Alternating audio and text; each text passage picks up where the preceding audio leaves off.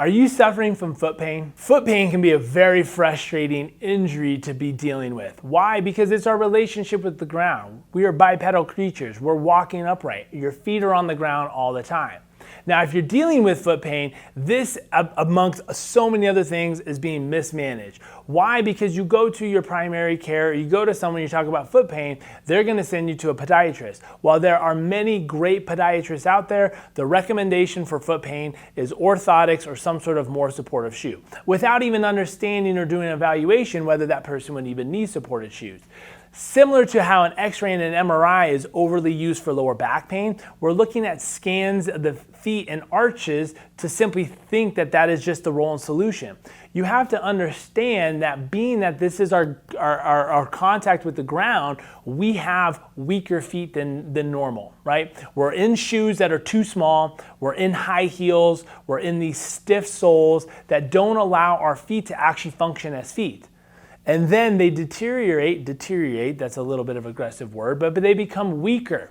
And when they become weaker, they're not able to sustain the load of our body weight, not to mention that a third of us are overweight to an obesity level, right? So when we're looking at foot pain, there's so much more in the conversation that has to be had that most people are missing. So if you're dealing with foot pain, in this video, I'm gonna show you a couple of the ways that we test and look and evaluate and assess what's going on in the feet to determine, is it actually a support issue? Is it actually a mobility issue? Is it actually a strength issue, right? And then we're going to give you a couple of solutions that will help you determine what you need to do. All right, so we're going to be diving into addressing foot problems. Now, when we're talking about foot problems, there's a couple main issues that come to mind.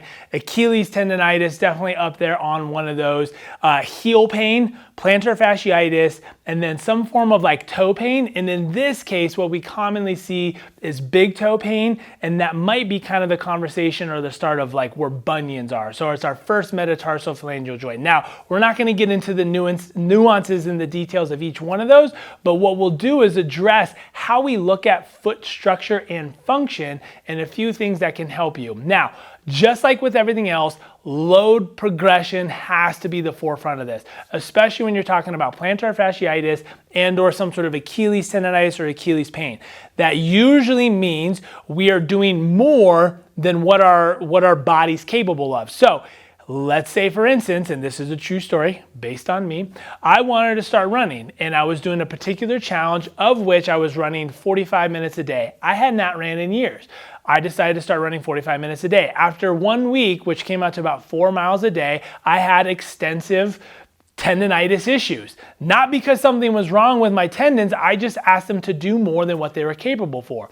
Simply put, I started to regress, went back to walking and some other forms to let that calm down, and then restructured my running back appropriately, thus not having any more issues. So you have to have that conversation of understanding what's realistic to expect based on the condition of your anatomy and your physiology. Now, that being said, one of the big issues that we see with feet is the shoes that you're wearing. More often than not, our shoes are too small for our feet, especially where the toe box is, and then they taper forward.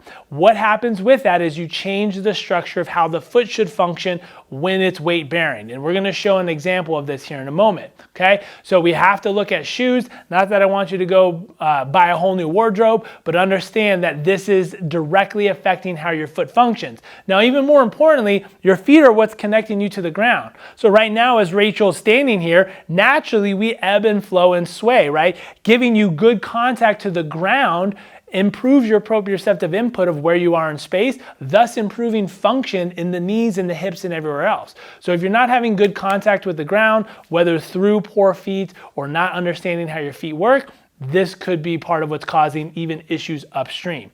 Now, we already addressed some of foot issues with our knee pain exercise or our knee video, as well as our hip video, because what you have to understand, especially when we're talking about squats, the positioning of your feet will change the angle of your knee and the internal or external rotation of your hip. So simply changing your foot patterning while doing certain exercises can also help you better stack the structures above, leading to better improvement in those movements as well. So when we're talking just about feet, it's not just about pain, we're seeing how it affects other things up and down the chain.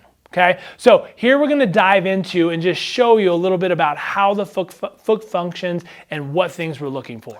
All right, so here we're gonna show exactly some of the things that we're looking for in form of the squat. So first and foremost, I know how Rachel squats, but we're gonna just change this a little bit. So we're gonna have her go hip width apart and feet straight. So from this perspective, right, we can see toes are on the ground well. You know, she does have a good arch. It's not collapsing or anything. But watch now what happens to her feet as she squats in this narrow pattern, right? She's struggling a lot. You can see how the toes start to lift up a little bit, come back up. Good. Try to go a little deeper, right? You see that little bit of flare on her toes. She's not able to go as deep there, but this is a struggle for her, right? Now, if she was to go wider, what we're gonna see is she stays anchored. Feet don't move, right? Knees track well over toes, and she's getting a lot more depth and range of motion out of her hips. This is ideally what we're looking for. So this was not a foot issue. She had the necessary range of motion and control, but by limiting her stance, we saw how the foot then couldn't move appropriately, and then up the chain, so on and so forth, was also being affected. Now, what I'm gonna have her do is step forward, and she's gonna put her feet together, and we're just gonna do a lunge pattern. So she's gonna step back or forward. Perfect. So here, we're just looking at how does she control that front foot. Not only that, we see on the back side, toe extension, that's critical. Perfect. Now, next thing we look at, she's gonna actually drop down onto her knees. Okay, so we call this a tall kneeling position. So this is important to determine, does she have the necessary toe extension here? Now we're gonna expand upon this and ask her to sit her butt towards her heels.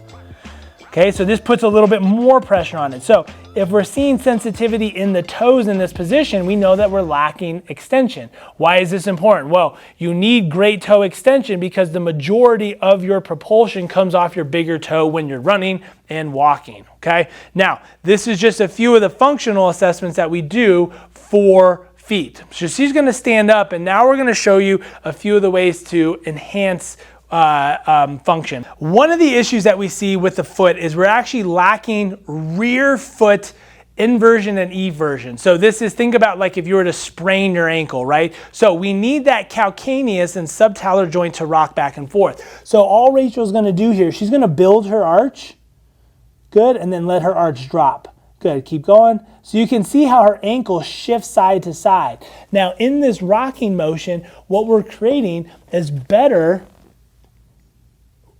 inversion and eversion of the foot. Now, this helps you gain more proprioception, right? So if she was to stand on just her left foot, bring your right foot up, you can see how that ankle has to rock back and forth. So this helps you with balance and control. You need inversion and eversion of the ankle. Now, we already tested great toe extension. Good, you can put that down. If she was lacking great toe extension, we would essentially give a tall kneeling type of movement to help train that, and or some sort of a lunging pattern to help her improve upon great toe function. Now, from an aerial view, what we're looking at here, right? Do we have the ability to widen the toe box, right? So if we were looking, I'm going to show, if we were looking at shoes, many shoes are promoting this. People literally come in and their feet are looking like this because their shoes are shaped that way. Now, what this does is this puts more pressure on this first metatarsal phalangeal joint, and this is how bunions are created. Your pushing pattern, instead of being straight off the big toe here, it comes off at an angle, and then that basically gaps that joint, and then through the years of stress and repetitive movement, that becomes densified and thicker so that it protects the joint. So we need this ability to be able to spread out. This creates a better, wider support. That's perfect. Like, this is amazing. If your shoe doesn't allow you to do this, then you're scrunched in, right? So you need a wide toe box to be able to better function. Now, one of the easiest remedies for feet, just rolling out. Again, we get so caught up in tight shoes and just so much movement that our feet do not get a lot of love. So one thing that everyone should and could be doing, simple rolling out, lacrosse ball, something that allows you to dig into a lot of the intricate muscles of the foot that oftentimes get very neglected. All right, so I hope that was helpful. Again, when we're dealing with the feet, because we have so much time on them, you really have to look at the loading progressions to better understand what's the actual cause. More times than not, we're actually not doing enough for our feet from a very direct, intentional perspective, and then we just go out and run or walk a lot and then expect it to do what we want. So by simply taking one step back and addressing a lot of these issues, you're able to go 3-4-fold forward because you've set yourself up for success and you set your foundation, pun intended, to be adequate enough to be able to handle everything that you throw at it.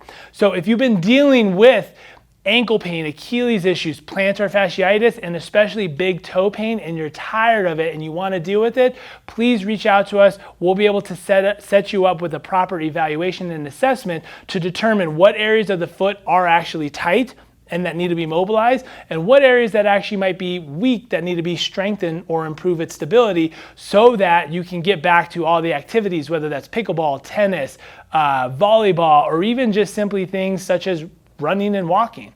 So if you're tired of this and you want to get some answers, please come in and see us. We'd love to help you out so that you can live a loud, adventurous life. What's up?